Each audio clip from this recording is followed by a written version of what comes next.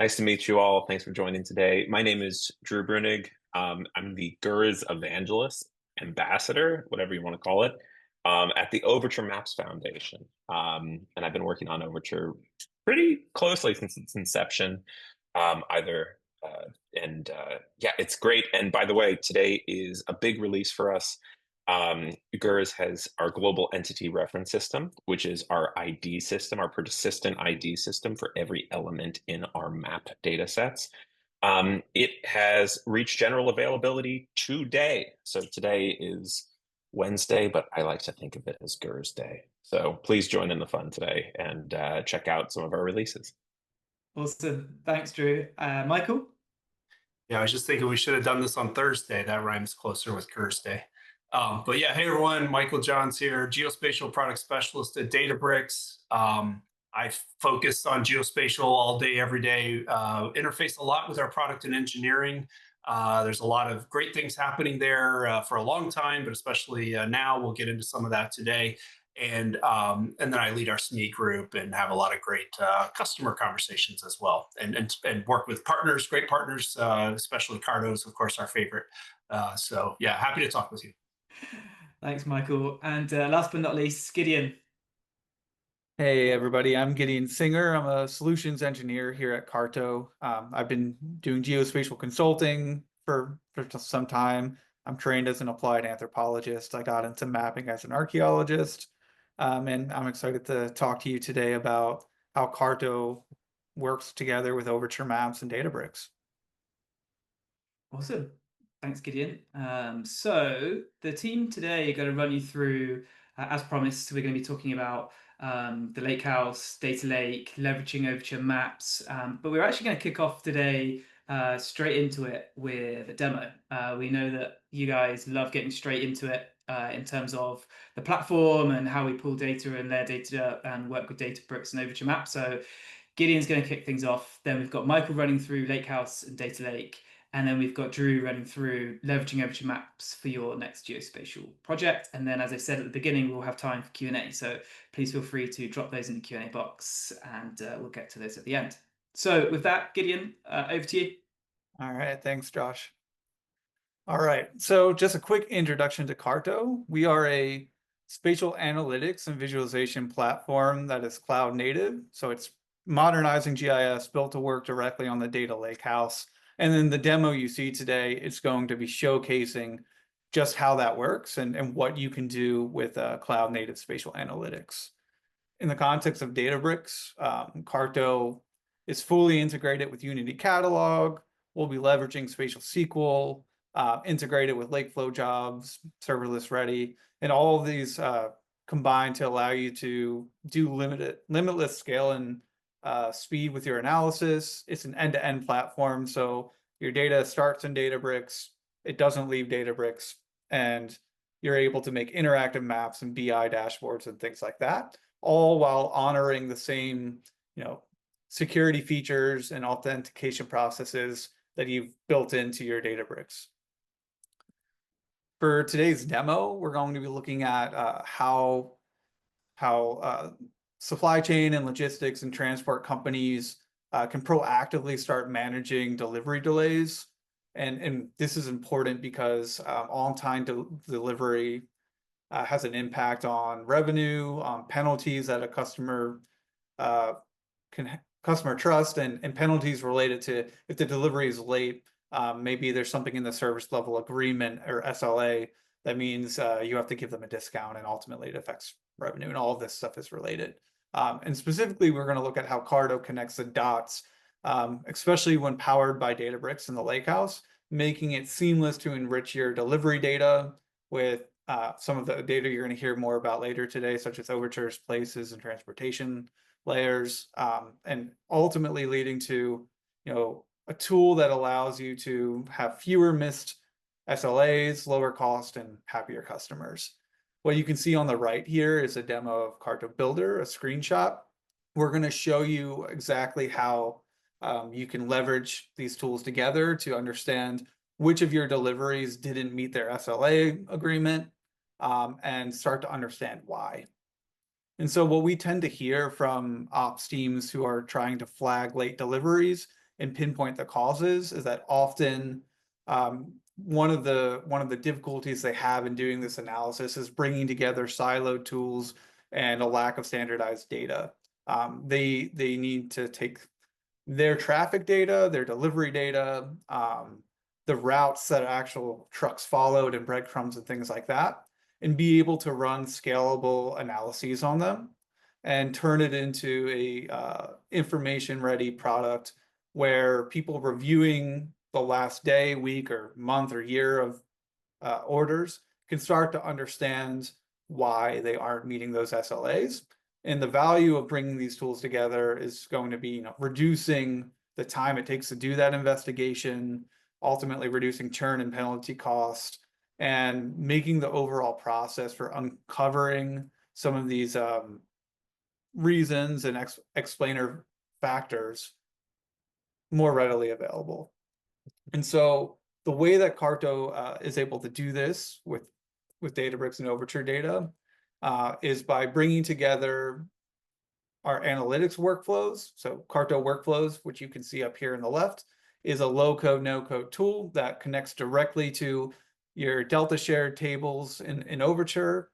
It connects directly to your data in Databricks that you're bringing as a customer, and allows you to click and drag and bring components together to build routes, understand how those routes relate to other data sets like historic traffic data and Overture data, and ultimately, do some GERSification. So in the demo that you're going to see in a moment here, basically the concept is you have your roads and your traffic data, and you need to bring those together in order to understand where deliveries are experiencing traffic events as one possible explainer for why they're late.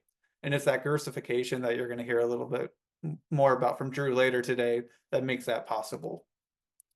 And so in this demo, what you're seeing now is a CARTO builder dashboard that is configured to show you where the deliveries happened from this specific purple dot over here, which is a distribution center.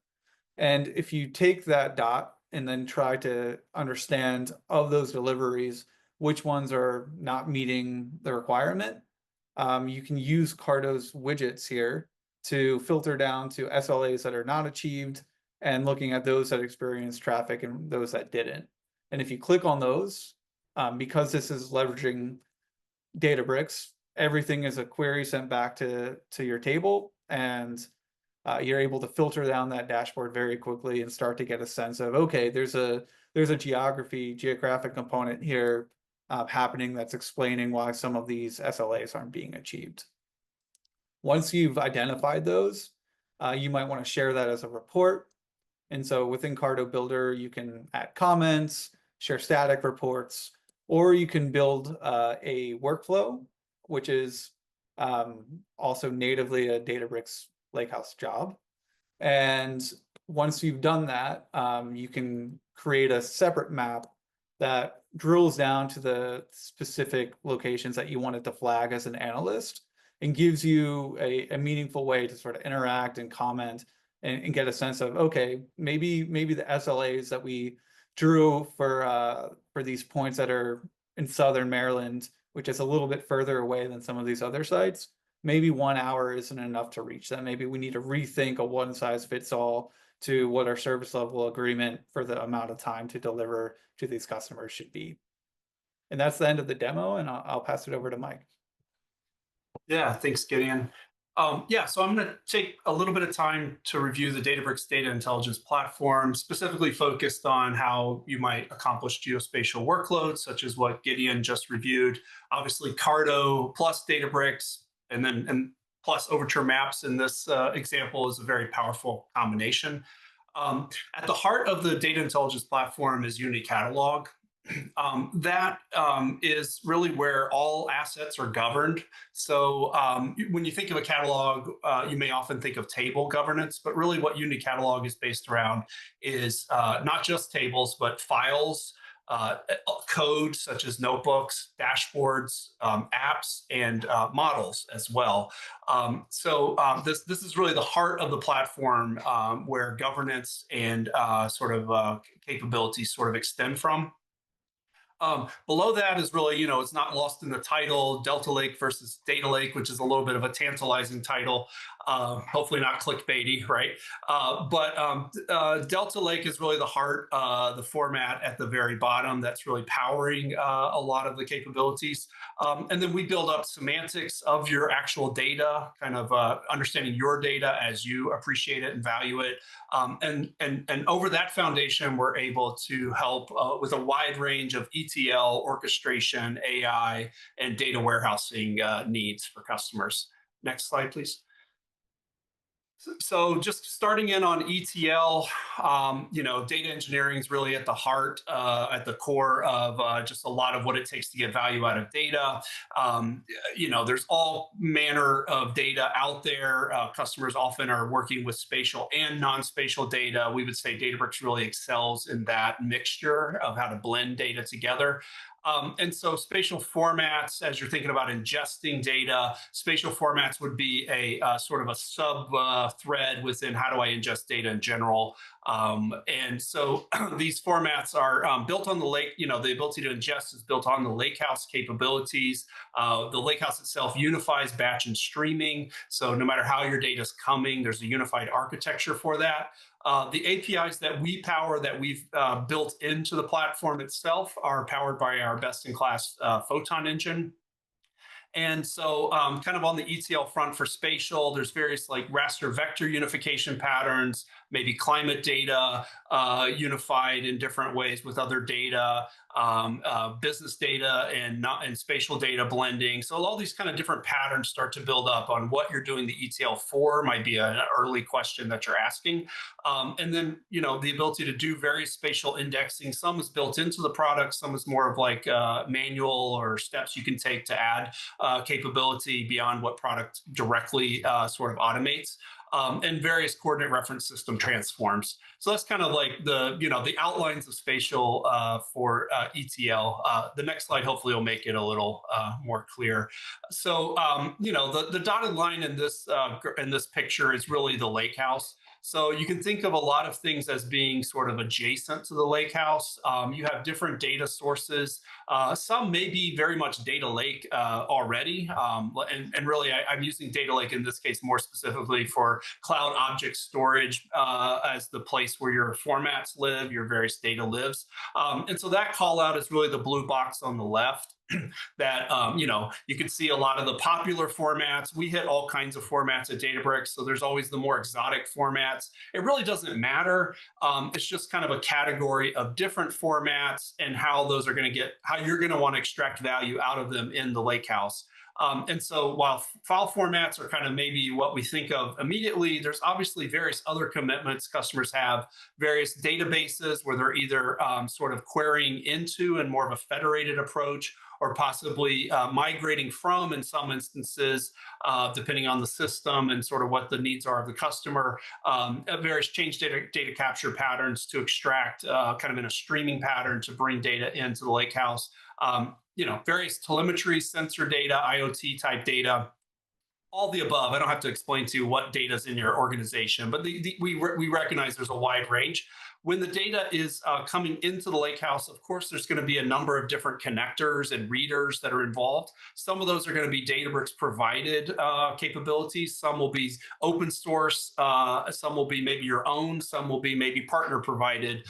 But a wide range of how the data connectors are made and established. And then the data flowing into the lakehouse, really you could think of it on two fronts. One is more the straight file format data. We would say and always recommend to consider governing your file formats. So while you may have data living in a random bucket or container in the cloud, the ability to even externally govern that as an externally managed volume, or having Databricks directly manage that is a first step on that journey.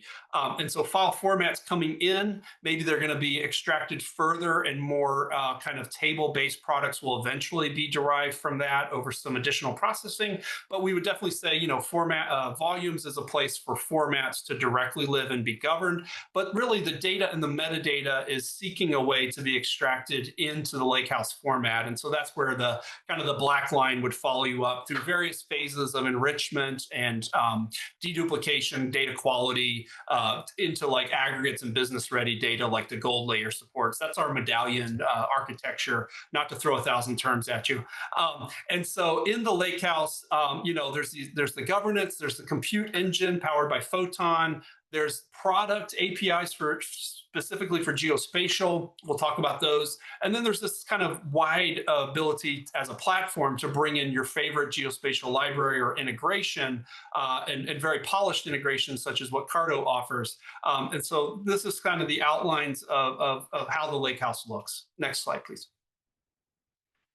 So volumes, I won't say a whole lot here. I kind of said a lot already, but really I just want to call out volumes look to the compute cluster like a local mounted file through our Fuse mount. So if you have a library of choice, maybe that's an X-array or raster IO or one of CARTO's great capabilities that's on our clusters, whatever that is, the ability to basically incorporate kind of this parallel processing meets one copy of the data is what volumes can facilitate. Next slide, please. Okay, so talked about, around the lakehouse format, Delta Lake. Just want to kind of go at that more directly. It's really at the bottom of kind of where a lot of these capabilities build from. Uniform is what we'll get into, but Delta Lake itself, let's think about that from, first we'll talk about geometry, geography, type system, and how how that's really advancing. We've had this long-standing support for WKB, WKT, GeoJSON, and to some extent GeoParquet. I'll put an asterisk by that because you kind of need to maybe think that through a little bit more directly to use it fully with maybe another library today. But these long-standing basically portable formats or interchange formats have always been around. The difference is that they're really bent towards portability versus in-place system performance. They don't know the system they're running in. And so where we've invested is really on how to have a native sort of performant experience while still being friendly to interchange needs at the same time. With all that, we've got various performance drivers, including AI. I know that's a buzzword, but it's actually real. Predictive optimization with AI, various layout kind of optimizations with our liquid clustering capability. So a lot of power that kind of goes into the lakehouse. Next slide, please. So this is maybe like rolling the clock back, I don't know, 3, 4, 5 years, but this may or may not be familiar to everyone. So I just want to take a quick second just to review, why Delta Lake and these other big data formats that have emerged beyond, based on Parquet, but have emerged with a transaction log. So really, I joined Databricks 8 years ago. When I joined, it was all Parquet for the most part. And everything was about sort of undetermined data, incomplete data rights, physical partitioning. I sure hope I haven't corrupted my data. Did somebody else overwrite the Parquet that I thought was specially kind of handled? All these problems that started to creep in with without something that would be what we have today with these big data formats, which is these ACID transaction guarantees. Either the right succeeds or fails. If it fails, the manager or the transaction log does not know about that failed version, and it's not part of the versioning of the table. So these kind of ACID guarantees build up through things like you can go back to different versions. You can look at hey, I need to reconstitute a particular analytic, or I need to kind of go back to a particular model training that I did, and I need this version of the table. I can do schema evolution when I want to. I can do schema enforcement when I need to. So kind of that blend between data lake to rigid data warehouse-like properties. And so all these qualities really is what these modern formats have kind of built on top of Parquet. Next slide, please.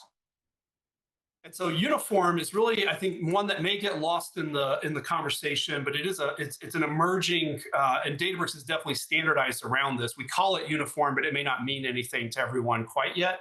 But what uniform is a universal format that's open source, as is Delta Lake, if I didn't say that. But it's an open capability to manage over the same fundamental Parquet, the different flavors, notably Hootie, Iceberg, Delta Lake, the different transaction log flavors, so that every commit a table can be basically turned on to say, I need these other variations on the table. So when I do a commit, I'm actually committing Iceberg relevant metadata and or Hootie and Delta Lake. And so this ability to be one copy, multi-client usage is really what Uniform is empowering, which is very powerful. Next slide. And so now, kind of with all that background, Lakehouse storing geospatial data types is, means something, right? Because you have Parquet back early this year. The conversation goes way back, but earlier this year, the community, led by CARTO, led by others like Planet and Whereabots. A lot of kudos to really those three in particular. I know there's a lot of others.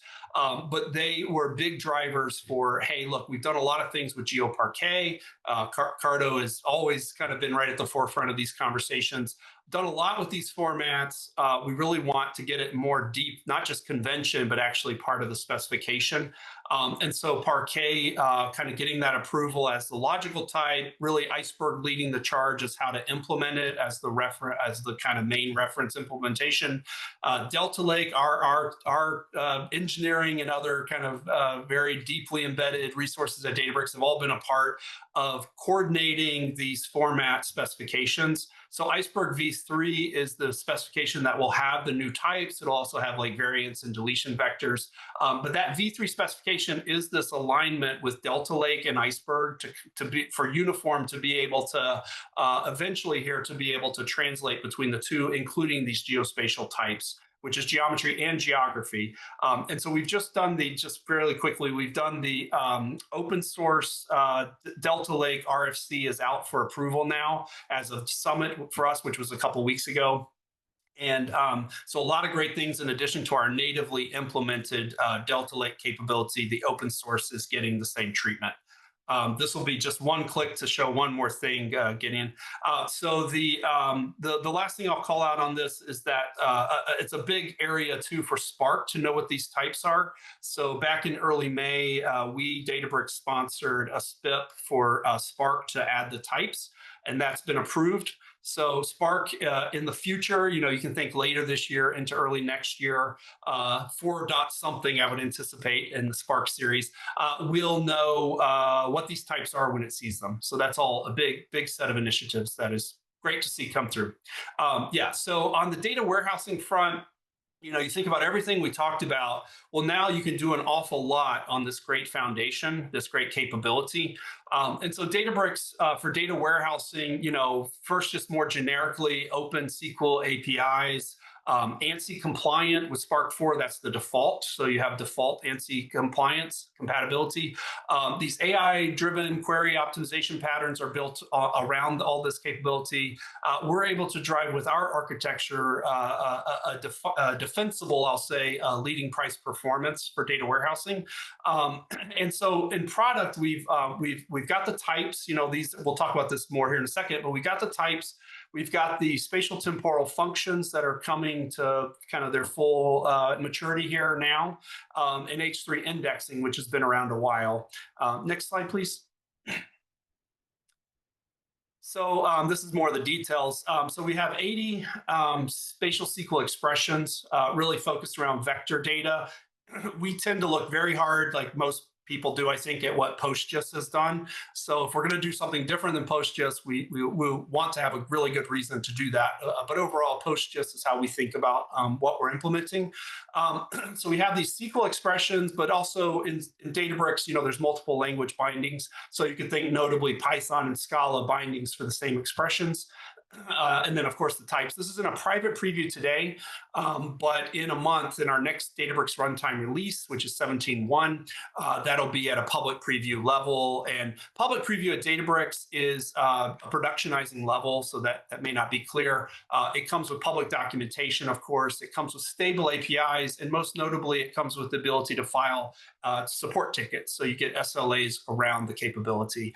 Now, global grid indexing we've had for a while, like I said, is generally available for some time, always adding a little bit here and there. Over 35 expressions. H3 is very powerful for basically when you want high performance and you want to take advantage of the cell ID values that come out of that technique, that library with H3, to be able to do things like put the cell ID in the table and do things like windowing, group by, filter, and then also use the actual API expressions to do things like K-rings and use the hierarchy and distance and things that are all approximate, relative, and much more less expensive than more expensive spatial compute operations. So we have ways to balance those two together to blend approximate with precise requirements.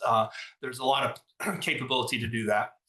So more kind of in line with what we're talking about today, when you move outside a product on kind of how do you do more advanced geospatial analytics, really highlighting CARTO all the way down here. CARTO has their analytics toolbox, which we would definitely call out as it runs in our compute clusters. So you have this ability to kind of put the code, the functions right in the compute, but also it will call off to CARTO for some of the different services in addition to things that are just baked into the library. And some of those capabilities I want to point out are routing, geocoding, ISO lines, map tile generation. So a lot of capability just when it comes to just augmenting with additional library. There's other functions that they offer as well, but I recommend you give that a look. On the raster side, just want to call out raster loader. So especially when you're working with CARTO, their raster loader is a way to prepare raster data for interoperability with CARTO. They have their AI agents. So, from geospatial AI is obviously a hot topic. They will or can use our model serving capabilities as well as some other functionality, but it's a nice interplay for AI agents for geospatial. And then CARTO has a nice power for developing apps. So they have their geospatial apps, and those can be, a way to serve out all the hard work you've done otherwise to prepare your data. Use apps as a way to have that interactive experience. Yeah, a lot there, but that's kind of the kind of summary of a lot of that. Next slide, please. So very quickly, as I kind of transition out of my part here, jobs and pipelines, orchestration, big area. Data engineering is a huge area for Databricks. Actually, we'll just go ahead and go to the next slide just to kind of call it out. So, we've had a number of kind of iterations of how this feature set has grown. Declarative pipelines is now open source. We announced that at Summit. So Databricks is now compatible with this open specification or capability set of APIs. And so Lakeflow declarative pipelines is a way to really build production grade pipelines, lower your maintenance, your kind of technical debt. There's a lot of efficiencies that can be driven into how those are maintained by us for you. But really the thing I want to call out here is you have this kind of interplay between code and like the graph or the DAG that's sort of driving the execution. So if you go to the next slide, so, when you kind of take a step back, Databricks has definitely done a lot to simplify and bring power in a way that's not so complex. But really, it is still this line between high code and low code. There's going to be code involved in our pipelines. And so that is not always, exactly what, write your favorite kind of code chunk here is not always the best experience. So no matter what else you're doing, we would say we recognize that no code is still a goal for a lot of customers. And with geospatial, particularly, we would say CARTO workflows for Databricks, what Gideon hit on in his section, is really a great option for both kind of true no code, but also with flexibility, of course, if you want to do other things, but 100 plus spatial UI components. So there is no spatial, capability for this at all. So, we're really grateful that CARTO has this as an option for customers. Okay, next slide, please. I think this is my last slide. So as I transition to Drew, I just want to call out the marketplace, Databricks Marketplace. It's powered by Delta sharing. You've heard the word Delta a lot. Hopefully that doesn't overwhelm, kind of Delta everything. But Delta sharing is an open standard. It allows this sort of single copy to be shared out to multiple clients well beyond Spark and Databricks even. It can be shared in a way that's broad. And we're really grateful for what Overture Maps and CARTO have accomplished to put this together. Of course, Overture itself is powerful, but delivering it through our marketplace, we're really appreciative for that. And the last thing I'll say is just that ability to leapfrog Parquet, going through the marketplace, getting Delta Lake ready data, means customers don't even have to worry about that whole backstory we just went through. They kind of just start from the good data and now build their own kind of value on top of that. So with that, I'll transition to Drew to keep us moving here. Happy GERS Day, everybody. Thank you, Michael. So what's Overture? So Overture Maps Foundation and kind of coming into this example that was set up by Gideon and Josh is a joint open map data. And when I say open, it's open and we try to share everything we do. We're going to be releasing even some of our code later in the second half of this year, which will be friendly licensed. But it's free map data that you can use to build your own maps or use for your own data sets and analytics or whatever it may be. It is a joint project that has been founded by Amazon, Meta, Microsoft, TomTom. It's got nearly 40 members at this point, including Esri, Niantic, Uber, WearRobots, just a great crew. And all of us working together are building cloud native map data kind of distribution. Every month we release a set of, I believe, 6 GeoParquet layers. And that's on AWS and on Azure, and CARTO helpfully duplicates that and shepherds it over to the Databricks marketplace, as well as a few other endpoints. And think about us as kind of your quality and validation layer. One of the big impetuses for Overture is a bunch of companies working on maps realized that they were all replicating the same work and that they could bring it all together. We're taking in open data sets and in some cases donated data sets. And then we're doing the hard work of conflating it together, making sure there's no vandalism, making sure there's no duplication, and then capping it all off with this ID system, which is the thing I'm so excited about. So GERS, or our Global Entity Reference System, it's a system because there are multiple components, means that in every one of the Parquet files we ship, every element has a persistent ID. So say right now I'm sitting in a lovely hotel. This hotel has multiple buildings. Each of the buildings associated with the hotel has its own GERS IDs, and that would be in our building's theme. But the hotel itself is a single business, and so in our places layer, that would have its own GERS ID. And then it also has an address, may even have multiple addresses given the amount of buildings here. And those are going to show up in our addresses layer, and they will all have their own GERS IDs. And now we can start to build a persistent and easily usable graph for navigating those GERS IDs. Or if you're a data vendor or a data consumer, you can start organizing your data according to these keys. Now that's really powerful. And it's one of those things that I actually think ID systems in geospatial are some of the hardest things to sell. And the reason is because the experts in geospatial understand how hard and how valuable ID systems are. But the non-experts, the people who just kind of think of geospatial as, you know, what they see on Google Maps, they don't understand why you would need an ID system for addresses. Addresses are unique as they are. Why do I need an ID system? I can just use the address. Well, it's more complicated than that. So why don't we go to the next slide? So, these are our wonderful companies that work with us. So, and these are the themes that we operate on. So real quick, you can go access these today. Today is actually a data release. So we have a new data set that's out there, and we have refreshed all 6 of our data layers. This is our transportation layer, which is road networks, bike paths, walking paths, everything that moves you from one place to another. Places is our kind of POI layer. So anything you would want to show up in a search application.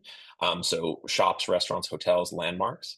Divisions is administrative areas and borders. So towns, countries, counties, and other regions available in 40+ languages. Truly a global effort. Buildings. So this is a really fun one. I don't think there's a good reason to use any other buildings data set, especially the open ones these days, because we're taking in Google buildings, Microsoft buildings, Esri buildings, OpenStreetMap buildings, And we're even starting to take in some authoritative data sets as well. I believe either in this release or next, we're going to be taking in some city and county destinations as well. And then we're merging those all together, doing the conflation so that we don't have duplication. And then we have just an easy GeoParquet accessible buildings layer. Our addresses layer is still in alpha, but quite frankly, if it covers where you're looking at, this is one of my favorite examples of a data set for Overture, because none of the data that we're using for addresses is closed. And we're not using OpenStreetMap here because we don't want to have an ODBL licensed data layer, which means share alike. We want to have a more flexible license address layer. And all of the addresses are from their authoritative source. So the country or the city or the county or the state, and we're pulling that together. And so are we offering any new data that isn't accessible elsewhere? No, but we're offering hundreds of data sets all in the same schema, all in the same Parquet file that you can query in one single place that we will update every month. It is an incredible service, and I think it's a really, really, really cool thing. And then finally, the base theme, which has all the basic map elements that is prepared from the fine folks at OpenStreetMap. And we then stage. So if you want to build a map, that can act as your background. Let's go to the next slide. So all of the elements in those layers I just ran through are GERSified. If you have a better verb, please let me know. But the entire function of GERS is to solve two big problems. The first is that data costs more to onboard than it does to license, almost always. I've worked at several data companies. I've helped people onboard data constantly. And this is a persistent thing. And it seems to be worse the larger the company you work for is, which is if you are considering onboarding a data source, you're almost certainly going to pay more in hours, resources, legal, procurement, and then onboarding, staging, writing that ETL script to bring the stuff in and normalize it. It basically is more than you will pay to license the data. Data onboarding is this giant hidden tax on the ecosystem that really prevents the data ecosystem from reaching its full potential. And I think that is something that we're hoping to aim to kind of chip away at. That's one of the reasons we love technologies like Delta Lake and Delta sharing, and what Databricks is working on with their marketplace. But we want to make it even empowered. This is going to take a whole community to make this easier. And then the second thing too is that, it's if you're on this call, this probably isn't as big of a problem for you, but I'm sure you've experienced it yourself, which is that most companies still aren't able to effectively manage or use geospatial data. The percentage of companies who can do a geospatial conflation pipeline is closer to zero than it is to all of them.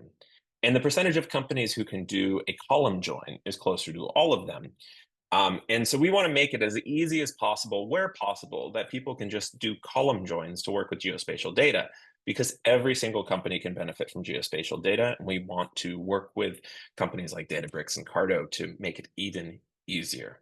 So these are kind of the windmills that we're tilting at. And our tool for tilting at them is GERS. So let's go to the next slide. Sorry, one last thing. So why are these problems so bad? Well, they're bad because they slow you down. They lead to taking longer to ship features. They present persistent blind spots because often the pain of onboarding data or working with data is so high that you just opt not to do it. I've worked with insurance companies who, might have a theory. Their data scientists might have a theory. I bring up insurance companies because it's a top of mind currently for me, given some projects I'm working on. But I once was working with an insurance company who wanted to onboard some data to tell them about, I think it was like opening and closing hours. They said, we want to know if this has any signal for adjusting our business policy insurance. And they thought about it for a bit, and then they decided, well, it would take too long to get that data in, so we're just not going to answer that question.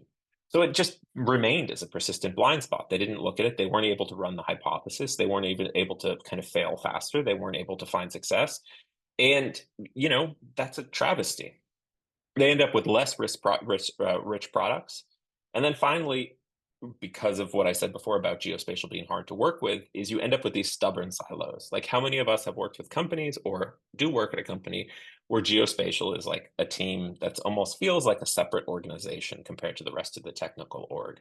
And that's just because the data is hard to work with. And then next slide.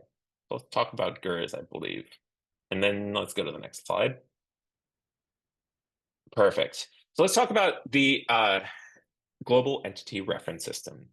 So you're most likely going to see this as the ID in every row in every table that Overture ships.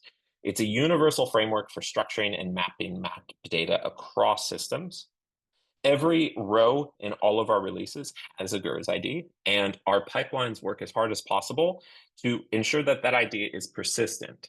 So not only do we have the ID, another thing that we ship with every Overture release is a change log.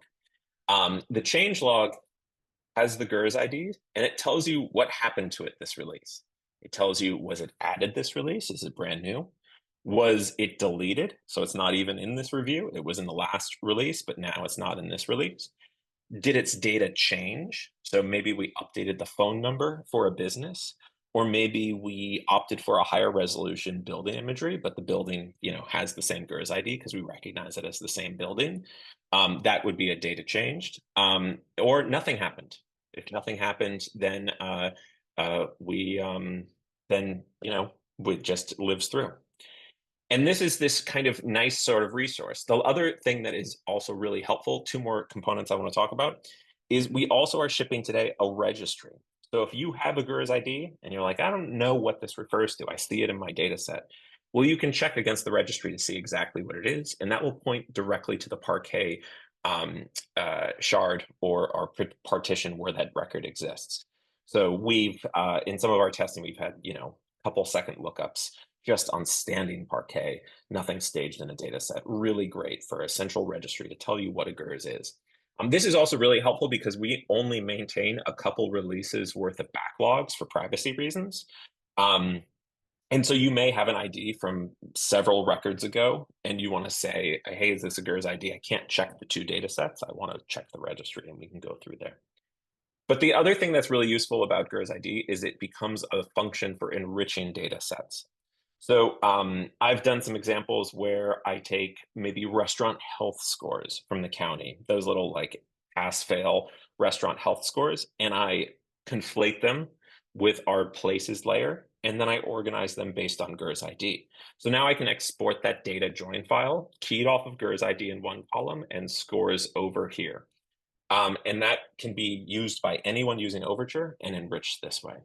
And then finally, one more thing that I'm going to write about today, I think the blog post just went up at Overture, is we just released a new data artifact called bridge files. I don't think anyone on the call even knows about this. Bridge files are essentially join tables, little Parquet files, that connect our source input data to the entity that they reference. So this is both really great for transparency reasons. So if you want to understand what are the data points that are influencing an entity within Overture, but it's also really good for onboarding reasons.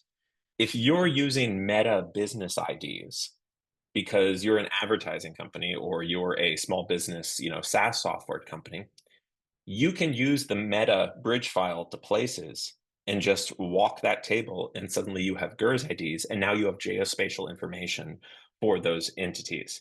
We also have bridge files for OpenStreetMap. If you're using OpenStreetMap and you want to be able to join, your streets that you're using into our Overture transportation layer, you can do that. It's a really, really cool join table, and some of the documentation will be up today. There's a lot of new content at Overture today, and very exciting stuff.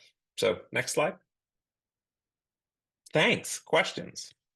I'll just read that slide. But thank you all for coming today, and thank you for letting me go on about GERS.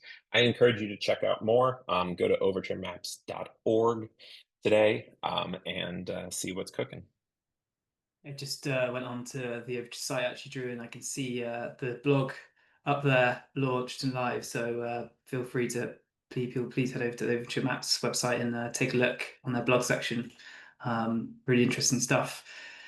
So please feel free. Thank you, Hobson. Pleasure to see you as always on these webinars. If anyone's got any questions, please feel free to answer or ask them via the Q&A feature.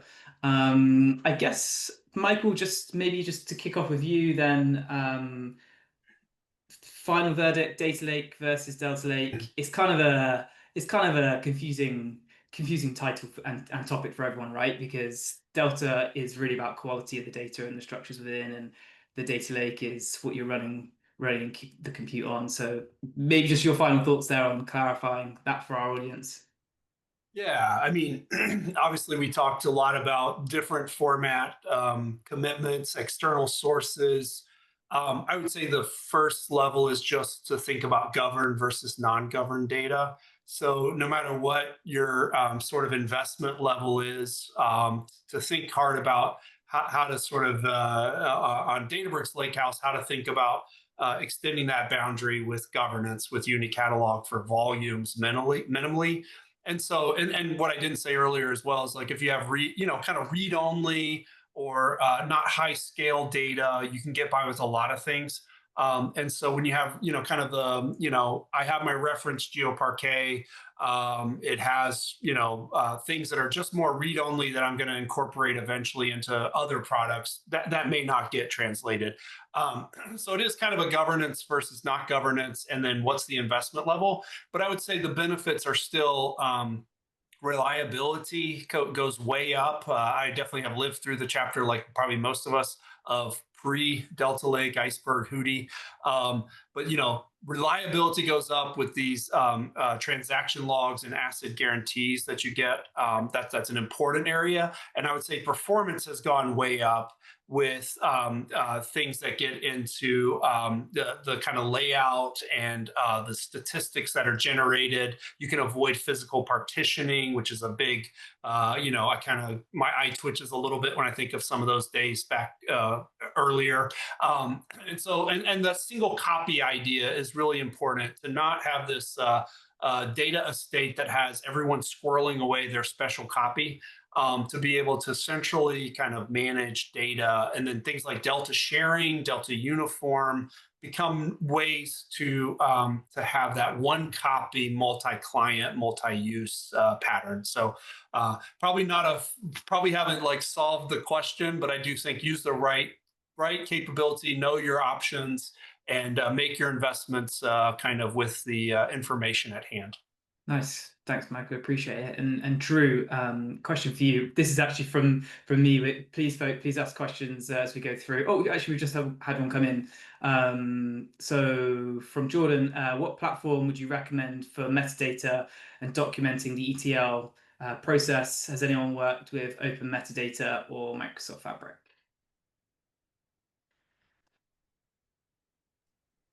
I mean, on the metadata front, I would just say I kind of mentioned it. One of the biggest problems of big data is the metadata itself. Now, some of that's metadata generated beyond maybe what you have in mind for metadata. It's the metadata generated about the data for processing efficiency. But I think metadata as a category, there is this nice hybrid pattern where you can manage the actual payload, the binary or the file format separately, and have tables that use metadata to drive finding that right information when you do a join. You don't have to drag the payload through all of your join data. Just once you find it, now you know which data to dip into. So I won't speak to the other parts of the question, but on the metadata front, we definitely see a lot of patterns around how to use the kind of lakehouse format for metadata, even if the file itself isn't in the table, that kind of thing. Thanks, Michael. And Drew, during your presentation, you mentioned a couple of use cases there and projects around insurance companies and with Overture Data and GERS ID. Maybe you could just share with us kind of, just high level, some of those use cases and projects that those insurance companies are trying to facilitate today. Yeah, I think so. I don't know if you live in a zone. So I live in California, and California has a kind of a crazy insurance kind of state structure.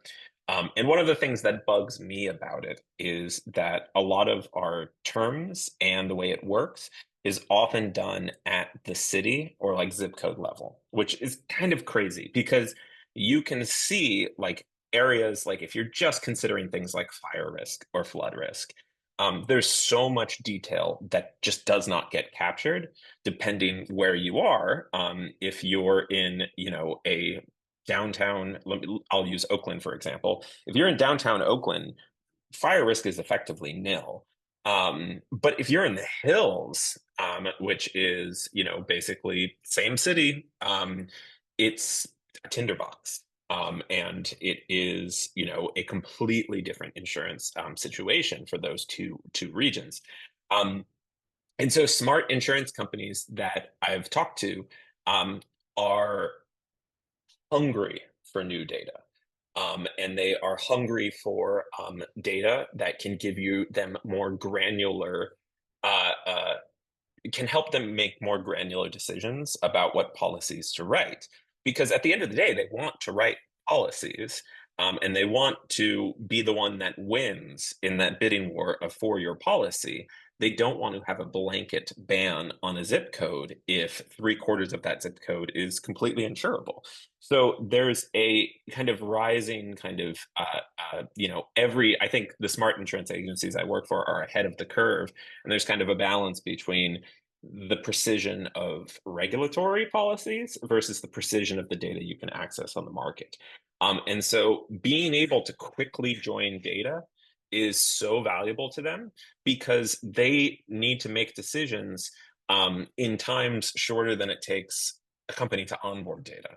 I mean, if you've ever worked in data, at a company that sells data, or worked at a company that uses data, you're all too familiar with the fact that it could take like a year to onboard the data.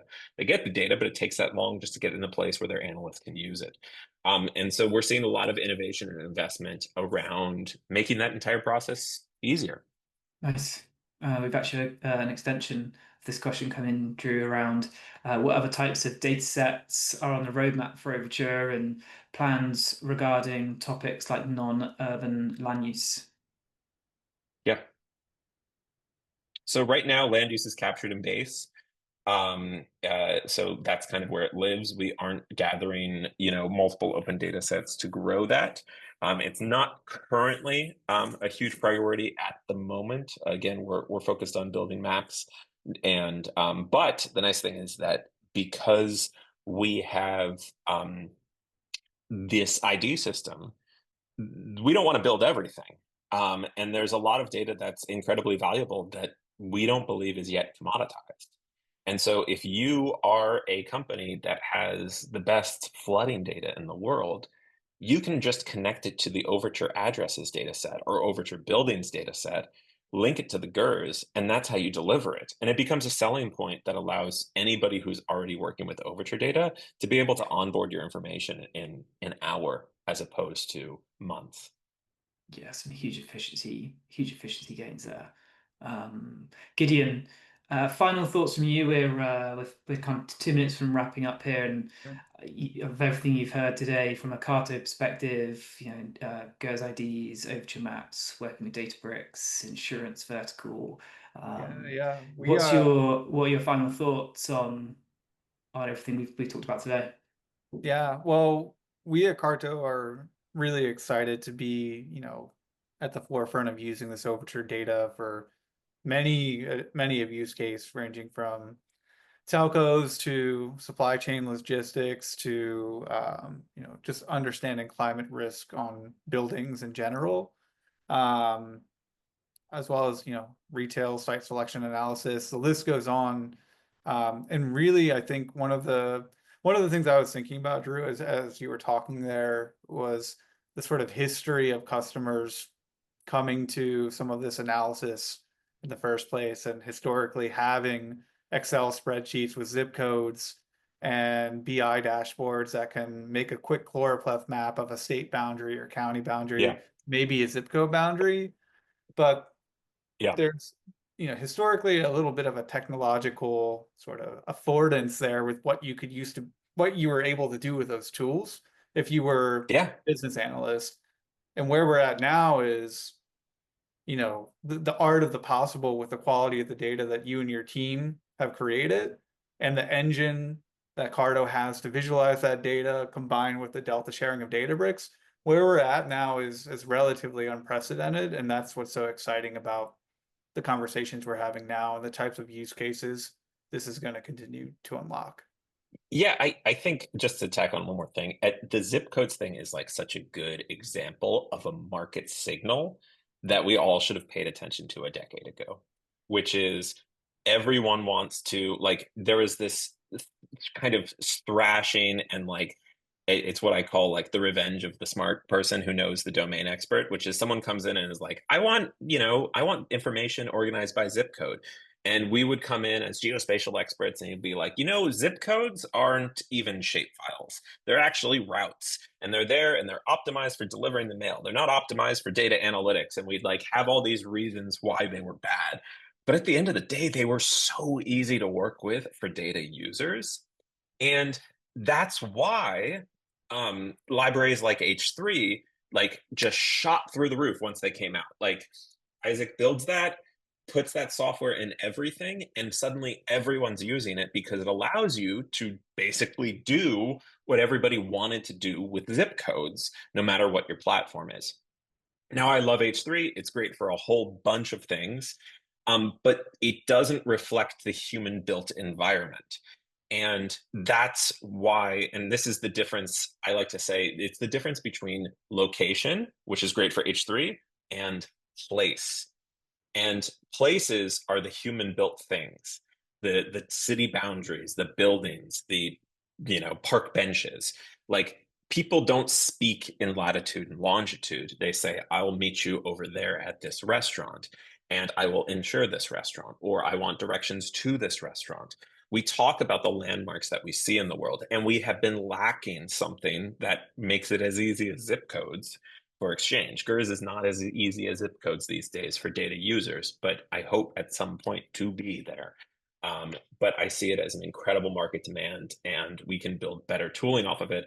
And this is the last thing I'll say on this is the reason I believe GERS can succeed is because people have attempted to bring out persistent IDs before, but never with a freely available high quality data set. We think if you can't join to the data yourself, no one's going to want to join an ID system where there's a gatekeeper built in. So while you can use companies like CARTO to connect your data, to hire them to connect your data to Overture GERS, that's great. But if you want to leave, you can. Or if you want to do it yourself, you can. And like CARTO is not even an Overture member, and they can go build this product on top of it. This is the community that we're trying to create, and it only works with open data. So I'm very excited about it. I encourage everyone to explore more. I could talk all day about it, but it's 10 o'clock. Drew, I really appreciate you presenting and you sharing insights today. Michael, same to you. It's always great having Databricks, and it's particularly had a lot of announcements at the Data and AI Summit recently, which I would compel a lot of people to go and look at because there's some really exciting stuff in there. And Gideon, thank you for running us through the demo and the actual example of how to bring this all together, right? So thank you for your time and your presentations today. And thank you to the audience for taking the time to come and watch, ask questions, participate. Like I said, we will be sharing the on-demand version of this, so feel free to share that amongst your colleagues. And in the meantime, if you want to hit any of us up on LinkedIn with any questions, feel free to do so. But we're out of time for today. Thank you, everyone. Take care, and see you soon.